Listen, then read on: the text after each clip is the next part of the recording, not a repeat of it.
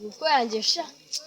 Kunaanza kuyirya kuntu wa muntu yangira inama yo kurya nkabyanga none barayibya bagiye. Jesus is Lord. Sha.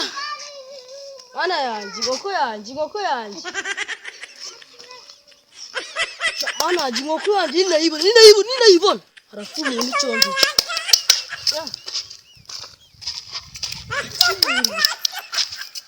Agara. Bibi. Yego kanje nayo wabonye y'umutuku. Nabonye. Nani ugeze ubona? Nayi. Vugisha kuri nayo wabonye. Nawe nabonye. Y'umutuku yandi ifite y'umutuku. Ifite akabona kajya gusa y'icyatsi kuntu. Nayo uzi. I don't want peace. I want problems always. Bajya mu bapfumu ubizi.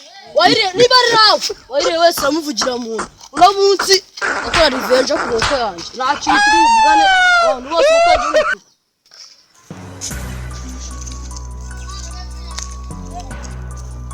Asa mungu yigeze mutinganyira bamubwira ko by'inkoko yabuze.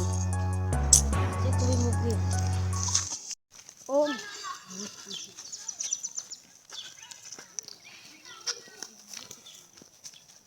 Salama. Byiza. Shut up! Wumvise amakuru yuko inkoko ya Robert bayibyera. Inkoko? Cyana ibintu by'inkoko ngiyewe nzi. Bayibyere. Inkoko? Kandi yavuze. Umuntu wayibye Arajya kumurogesha. Kumurogesha. Mu bapfumu. Mana yanjye we. Rero ubu ngubu wayibye. Lakaka. Ese ukukese yitira kujya mu bapfumu. Ese ubwo ngiye wabimbaza nabi. Side eye. Mana yanjye. Criminal offense. Side eye. Do you understand? Mana yanjye we, ubuse ndabigira ne we. Mana yanjye we. Mana yanjye. Kamamagare nuzi. Why are you running? Aro. Yo. Ase Papa Roba. Uriya mwana we nibiki yakoze ariko mana yanjye we. Nyina ngo bamwibye inkoko ntago ari ngiye wayibye kuki yahise ajya mu bapfumu. Nose tugeze ntabwo ari kuyibona yahise ajya mu bapfumu mana yanjye we bagiye kundogesha. Oya nako nanubwo nanjye wayibye.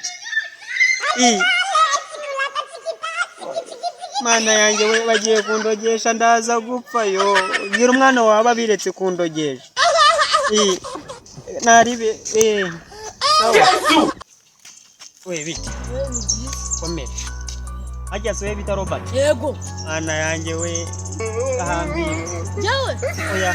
Ajya nose we bibye inkoko. Mana we umuntu wayibye amurogesheje. Umurogesha gusa ugana nako. Mana ya none se.